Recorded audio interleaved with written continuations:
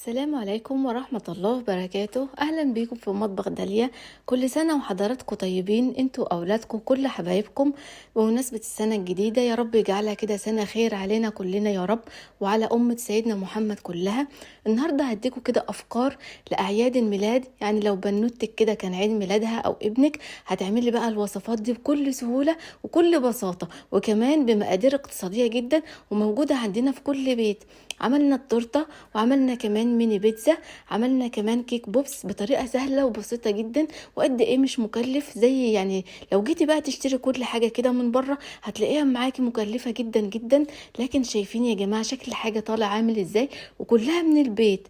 كمان الكوكيز حلوه جدا وبطريقه سهله وبسيطه وباقل مقادير موجوده عندنا في البيت، هنعمل احلى كوكيز مع بعض.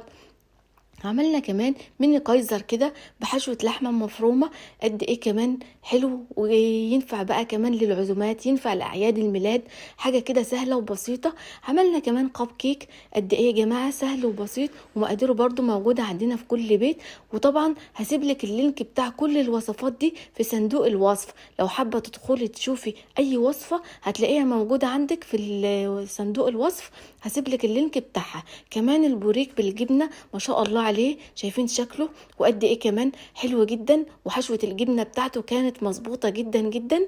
وشايفين بقى انت لو بتشتري ده من الفرن هيكلف معاكي قد ايه. كمان الدوناتس ما شاء الله اللهم بارك كده، عملنا كمان شوية كده من الدوناتس بشوكولاتة بيضة وشوكولاتة غامقة، حلو جدا جدا. ينفع بقى الأعياد الميلاد، ينفع للمناسبات، أي حاجة عندك هتعملي بقى الحاجات دي. وشايفين بقى هوريكم كده السفرة بتاعتنا كان شكلها عامل ازاي، ما شاء الله حاجة كده يعني من الاخر، وكلها من شغل البيت، ما اشتريناش حاجة خالص خالص من بره.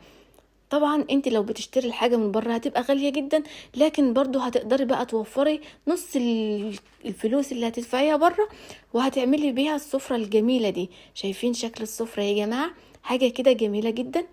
شايفين بقى ما شاء الله كل الوصفات كانت سهلة معانا جدا، وكل الوصفات عملناها مع بعض على القناة.